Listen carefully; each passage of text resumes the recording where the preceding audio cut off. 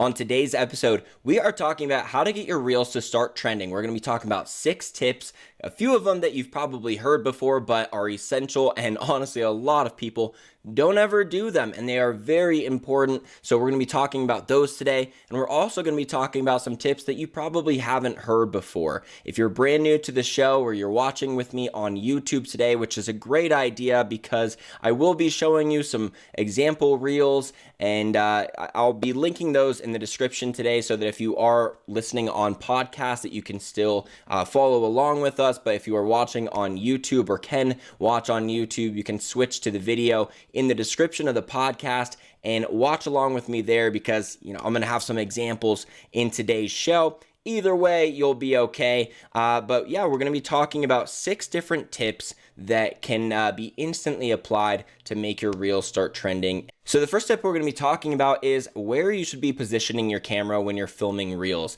This is always one of those things where I'm always like, even with the YouTube videos, I'm like, all right, where should I stand in relation to the camera for the best shot? And if you film yourself just like immediately on a wall, it doesn't look very good. So one of the little tricks that I found to this is if you put the corner of the room directly behind you, that usually looks pretty cool. There's a lot more depth. If you're watching on YouTube, you can see that I'm doing this camera angle right now. The corner of the room is directly behind me. And if I angle it where the room is just like the wall is flat behind me, it's a little bit more of a, a 2D looking video shot, so it doesn't look nearly as cool as having this extra depth to the shot. So whenever you're filming your reels, if you stand at the 4 different corners of whatever room you're filming in and kind of just see where the best lighting is, that usually is going to look pretty cool. It's not like a rule that you have to do, but I've found that a lot of times you can waste time trying to find that perfect spot to be filming it, and a lot of times just putting the corner of the room immediately behind you does look really cool. The second tip is you want to use a lot less text on your reels. Even if you have like a lot of things that you want to say in text, making that text appear slowly rather than all at once oftentimes is a lot easier for people to digest. The reason why this is so important is because watch time is one of the most important stats for Instagram determining if your reel is doing well. And if you have all these words on there and it's just paragraph form and people don't really want to read it, especially if they don't have enough time to even read it before the reel finishes, then usually it's not very good, right? There's some exceptions to this. I'm sure you can find some TikToks where I've seen the creators just basically put a ton of text on the screen, and that's okay because now the person's just going to watch it over and over. But for the most part, you're not trying to even do this like text only reel. You're doing like an audio lip sync where the person has to pay attention to you, pay attention to what the audio is saying, pay attention to your text. And because they're trying to take in like all 3 things, if you have a ton of text, we'll say something around like more than 15 or 20 words, that's when it usually is going to start hurting the reel's performance. So to give you an example, I had a recent reel and the text on it says, "People in my DMs telling me how many likes they're getting right now." And the audio is like a woman crying. It's like a popular trending audio. I'll link it in the description. It will be reel number 1 if you want to check it out. And the way that I wrote that at first was, "People in my DMs telling me how many likes they're getting on Instagram right now with the new algorithm." And when I first wrote that, it was like 4 or 5 lines of text, and it was just real messy. It could barely even fit on there. But a lot of times I've seen people write that and then they just like try to cram it in there. But if I wrote all of that, it would just be way too much. And a lot of this is not just the amount of words, but the amount of syllables. So if you have like a few bigger words, like Instagram is in there, algorithm, it just takes so much more energy for someone to read that. And then I don't think this post would have done nearly as well had I crammed it with way too much text. So once you write it, then ask yourself, is this the fewest amount of words that I can say this message in? And if it's not, then shrink it down. The third tip is to post humor-based reels from time to time. Now, you might be thinking, hey, I'm not really a funny person. That's not really my thing. And that's okay, because what I'm going to tell you is that being funny on Instagram comes down to being relatable much more than it does being actually funny. So if you can just find something relatable in your industry and then tie that to a trending audio, that usually does very, very well.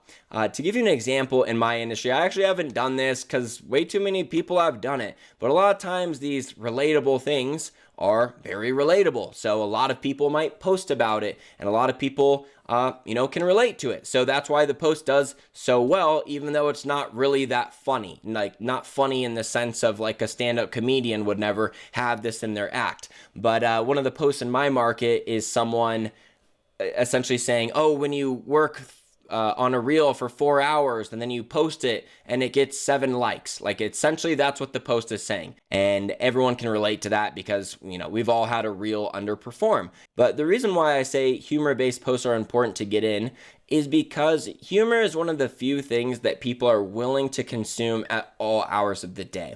And that's one of the biggest disadvantages with being in any kind of educational space is that whenever you want to actually provide value, like when I do professional Instagram reels and I put them out and it has like real value in it, it usually doesn't do as well. And partly because if someone is at work and they don't have access to audio, or it's midnight and they're going to sleep and they don't really want to learn about the Instagram hashtag algorithm or how to get their reels to trend, then they're just going to skip over it. They're not going to be like, oh, I'll save this and I'll watch it tomorrow. Like, a lot of times I make professional reels that are an entire minute long. And that doesn't get everyone to watch the whole thing if they're not really in the mindset to want to learn at that time. Or maybe I'm doing a teaching topic that doesn't really apply to them.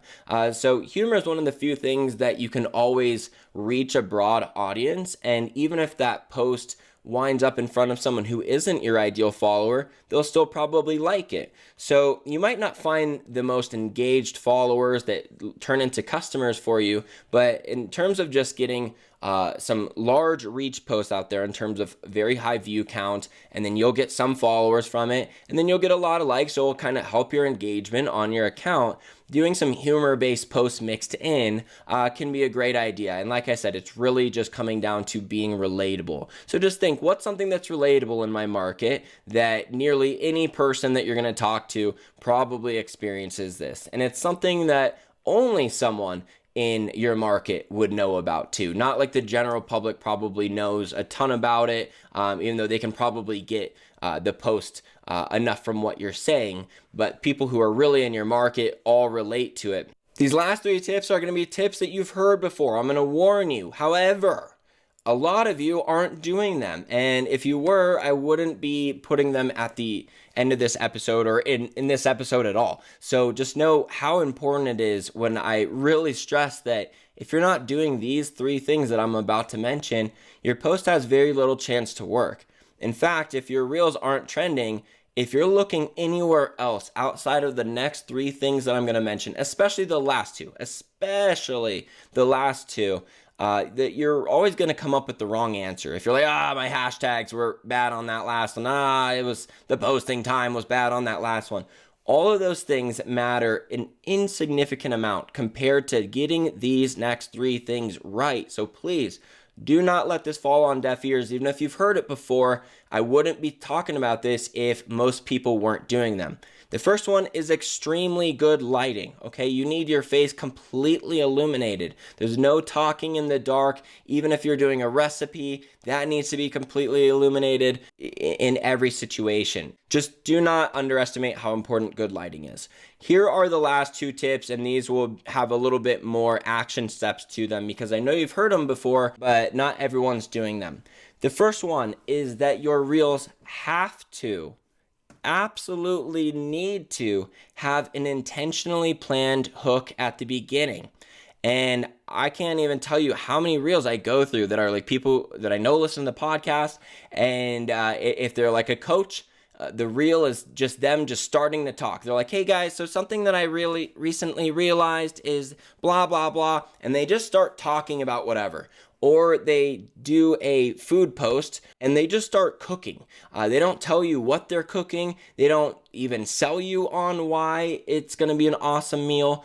And if you're getting low views on your reels, this is it. All right. This is pretty much I can almost guarantee you that it's because you don't have an enticing first second. Because if people are just skipping it, because it literally happens that first second. Like, watch yourself watch reels, right? Like, pay attention to what you're doing. Like, see how quickly you scroll past a reel when someone's just talking and you don't know what they're talking about, or they start making a recipe, or just something happens. Even if they're like filming nature, and they're about to get to the coolest landscape ever, if you don't know to wait for it, right? If there's not text that tells you, wait for it, there's about to be the most beautiful sunset you've ever seen in a few seconds, people don't wait for it. They're not like, oh, hey, another video, let's watch this thing to the end and see what I think. They're like, let me see, do I need to watch this? No. Like, if they can give themselves any kind of permission to dismiss your post and go to that next one, which does have a hook on it, they're like, oh, cool, this one, I already know what it's about. They don't want to stick around to find out what it's about. You have to tell them what it's about. If you are doing a smoothie, a reel about making a smoothie, rather than just showing a blender and you're throwing stuff in it all of a sudden and you're like, blueberries plus bananas plus oats, just say at the beginning, how to make a high energy, no crash smoothie in the morning. Or if your account is about saving money, how to make a smoothie for less than $2. How to make a blueberry cream smoothie that has less than 30 grams of sugar. Just say whatever you're about to do in terms of why it would be beneficial to that audience. If you're ever just filming yourself, just know, hey, before I do my teaching topic, just give an overview of what you're about to talk about, and then make sure you have text as well, because there's a lot of people watching Reels, not really TikTok with the volume off, but Reels with the volume off. And if they are watching with the volume off and you say, here's, a tip to burn fat in 30 seconds, but you don't have text that says that, even if they want to learn that, like, they don't know what you're talking about, right? They don't have audio on. So right at the beginning, you need a hook, and then that hook also needs to be in text. And a lot of times there's not even like a hook that's necessary in a traditional sense to do a hook. So let me just bring up my Instagram account up again and just like, let me show you what I'm talking about. So in the more traditional sense, if you see this post where it says online coaches, 2x your sales calls in 30 seconds,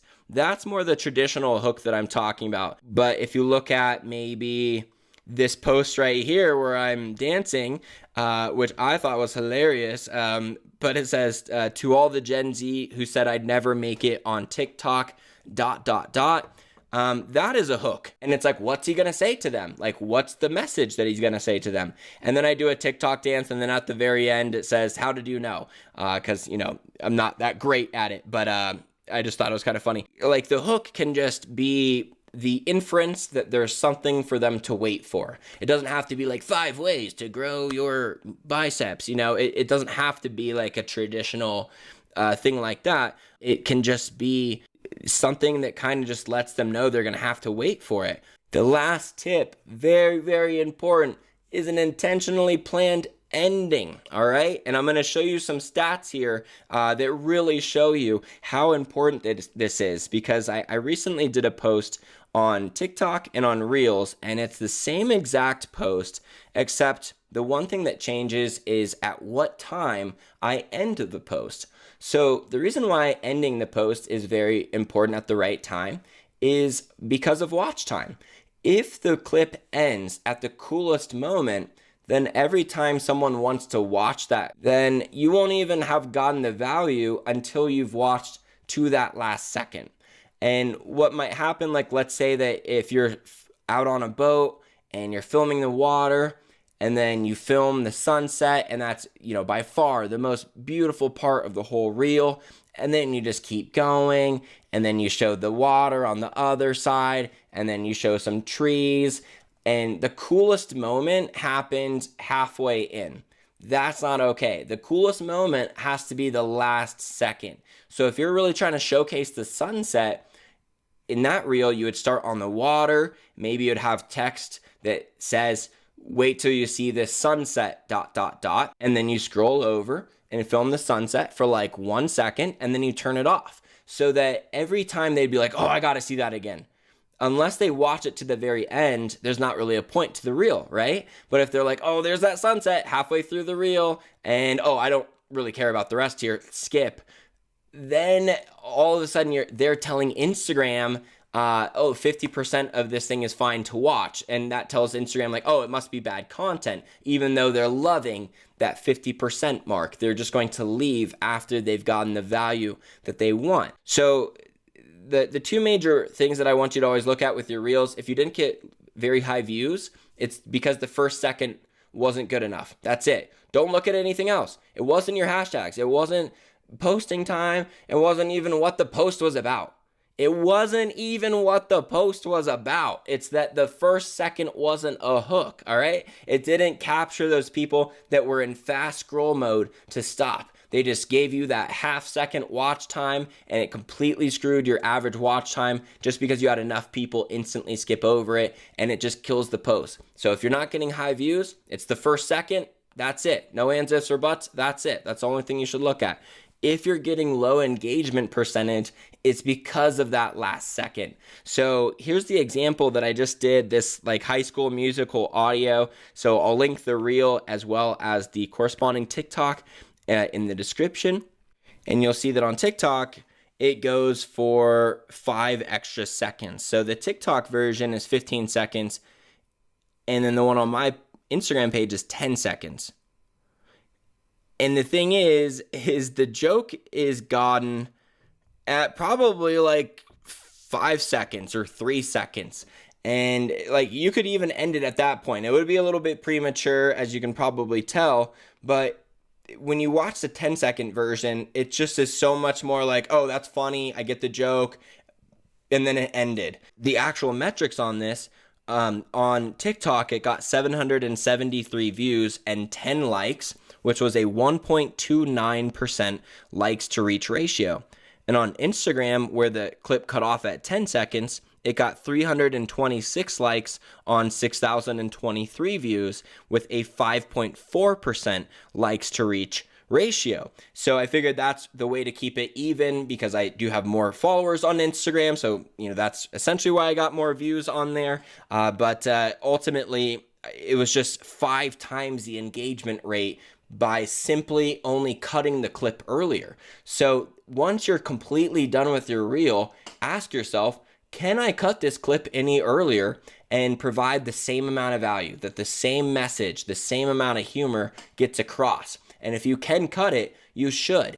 So guys, of all those things, of course, pay attention to the last 3, especially the last 2. So let's have today be the last day that you ever make a reel that does not have an intentionally planned beginning or ending based along the guidelines that I told you about, because that really is going to be the biggest factor to your success on Reels. Reels is still the most important organic marketing move that you can be making on Instagram, but if you ever feel like Reels isn't enough to supply your business with the amount of sales you're looking for, be sure to grab my free Instagram ads course in the description, and that will help you run your first profitable Instagram ad campaign. I'm just giving that for free to the first 1,000 people, and I think about 300 have got it right now. So hurry up and grab that before it is closed for good, or it goes to a paid pricing, but it is free for the first 1,000 people. So that can help you get some sales a lot quicker than Reels probably could. Hope you got some great tips. Be sure you're subscribed, and I'll talk to you soon.